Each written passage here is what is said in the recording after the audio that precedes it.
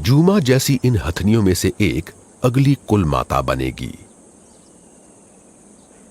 इसकी ट्रेनिंग असल में टेम्बा की देखरेख में बिताई गई पूरी जिंदगी में हासिल अनुभवों का भंडार है।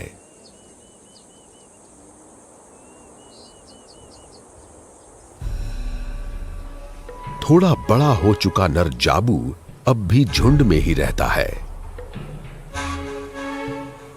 नर किशोरावस्था में पहुंचते ही अपनी मां के झुंड से निकल जाते हैं।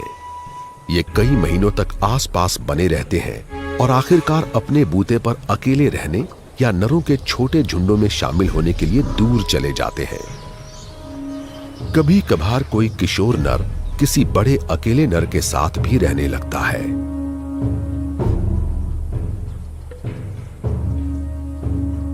लेकिन अब जाबू का वक्त करीब आ रहा है। नरों के झुंड वाली जिंदगी अब इसे आकर्षित करने लगी है और अभी इसे ठीक से नहीं पता कि ये अपनी मां के झुंड से निकलने के लिए तैयार है या नहीं।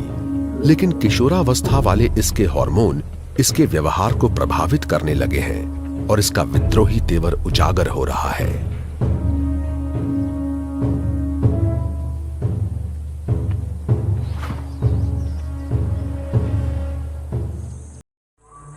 दिन बीत रहा है और ये बहुत सख्त, सूखा, धूल भरा और गर्म माहौल है।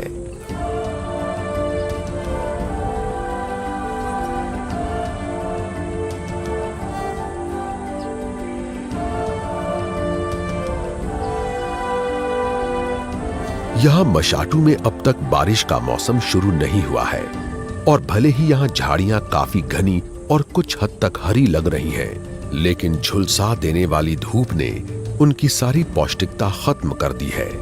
इससे मजबूर होकर अब हाथियों को अपनी जबरदस्त भूख मिटाने और सही पोषण के लिए जमीन खोदकर जड़ें निकालनी पड़ती हैं।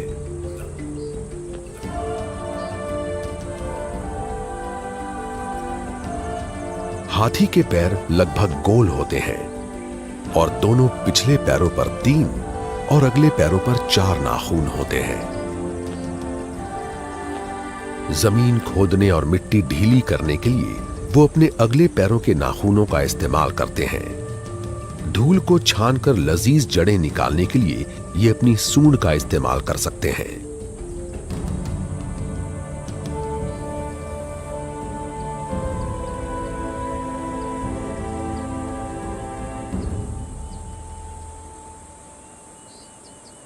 सूंड हाथी का सबसे अहम और हर तरीके से काम आने वाला अंग है। 40,000 से ज्यादा मांसपेशियों से बनी सूंड बहुत संवेदनशील होने के बावजूद काफी ताकतवर भी होती है। इससे हाथी किसी एक पत्ते को नजाकत से तोड़ सकता है, लेकिन जोर लगाकर पूरी टहनी को भी पेड़ से अलग कर सकता है।